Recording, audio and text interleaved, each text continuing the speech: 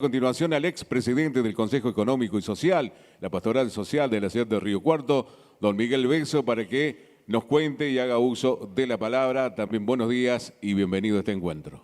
Bueno, muchas gracias. Primero a quienes me invitaron al bloque de concejales que ha generado esta posibilidad de diálogo con distintos sectores sociales, y cada vez que hay una apertura al diálogo disminuye el riesgo de la violencia. Para ir a lo puntual, hay dos consideraciones que hacer después de haber escuchado riquísimas intervenciones, y estas consideraciones son solo aporte para los concejales y para el intercambio con el resto de las organizaciones de puntos de vista que van a sumar en un tema tan complejo. La primera consideración es tener en claro que la seguridad, como muchos otros problemas que vive la sociedad, son necesarios observarlos desde una mirada multidimensional y compleja.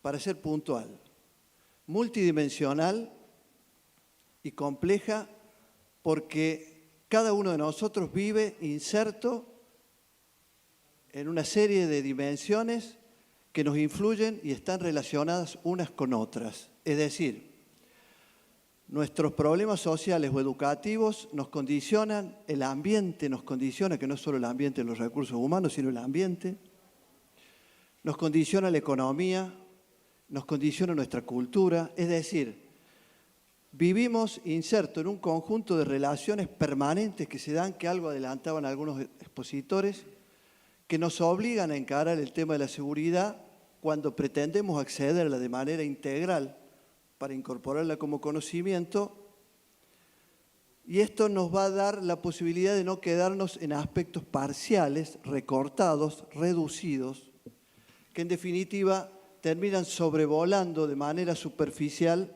el tema de fondo. En dos palabras, si no vemos las distintas dimensiones en que vive el ser humano para poder saber que todas influyen para considerar el tema de la seguridad y acceder al conocimiento y al estudio de fondo desde ese punto de vista, corremos ese riesgo de quedar sobrevolando superficialmente el tema.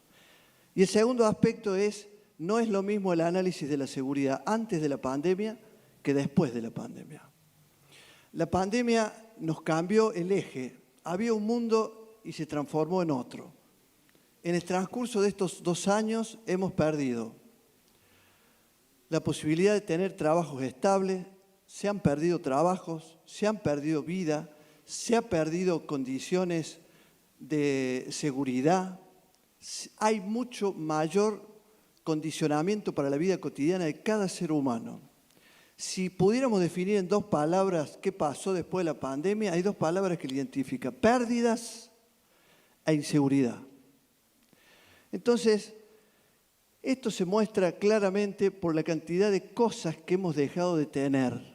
Y esto también significa un sufrimiento para el ser humano. Y es llamativo cómo se trata de despolitizar el sufrimiento. Despolitizar el sufrimiento es querer mostrar que cada uno tiene un sufrimiento individual y está desconectado de las dimensiones y las relaciones permanentes que se dan entre los distintos contextos que vivimos. No es lo mismo una persona que tiene un sueldo pero no tiene casa, que una persona que tiene un sueldo, tiene casa y tiene sus hijos que pueden estudiar. Es decir, las dimensiones se influyen unas con otras. Fijémonos que todavía no podemos medir cuáles serán las consecuencias que ha tenido esta pandemia. No logramos advertirla y nos va a costar muchos años. Y el tema de la seguridad no puede obviar esta cuestión de la pandemia. Fijándonos puntualmente en este tema, la propia Organización Mundial de la Salud dice que estamos en una complejísima red hacia el futuro de consecuencias en el tema de la salud mental. Si no, no hace falta más que dar vuelta y consultar a los profesionales de alrededor de Río Cuarto qué están pensando y qué le está pasando en los consultorios, como también qué está pasando con el consumo de sustancias legales e ilegales, que vienen a tapar ese sufrimiento que genera inseguridad. Paradoja. El ser humano se juntó en sociedad para vivir seguro, pero siente que vive inseguro y estos dos contextos son necesarios. Voy a puntualizar 4 o 5 temas rápidos, telegráficos, porque no queda más tiempo. Para tener en cuenta en este estudio profundo necesitamos advertir que Río Cuarto, por ejemplo, entre sus temas, y son muy básicos los que voy a decir, hay un 50% de la población, no llega, pero casi, que no termina la escuela secundaria, en un estudio de hace algunos años del Consejo Económico y Social. Esto no es solamente que no termine el ciclo educativo, sino que repercute directamente sobre la posibilidad de conseguir trabajo luego y la mayoría pasa a formar parte de los bolsones de pobreza. Se multiplica la pobreza por minuto cada vez que nos vamos a buscar el 50% que no termina la secundaria. La informalidad, el otro punto. Casi el 40% de la población es informal. Esto es inseguridad permanente porque no tendrán ni obra social, ni tendrán tampoco la posibilidad de jubilarse en un corto plazo. Imaginamos un Río Cuarto con un 40% sin posibilidad de jubilarse. La necesaria o el necesario participación y contribución de los municipios, aunque sabemos que la Constitución establece que el responsable es la provincia en la tarea de la seguridad. Y el último punto, y con esto cierro, es imposible seguir discutiendo y atribuyéndole funciones a las provincias y a los municipios si no discuten los legisladores y seguimos planteando el tema de la coparticipación.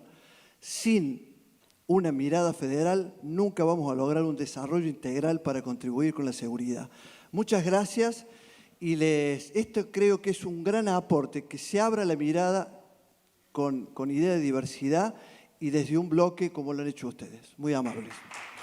Muchas gracias, Miguel Benzo, también haciendo su aporte en esta reunión de ciudadanos que tenemos aquí en la Sociedad Española.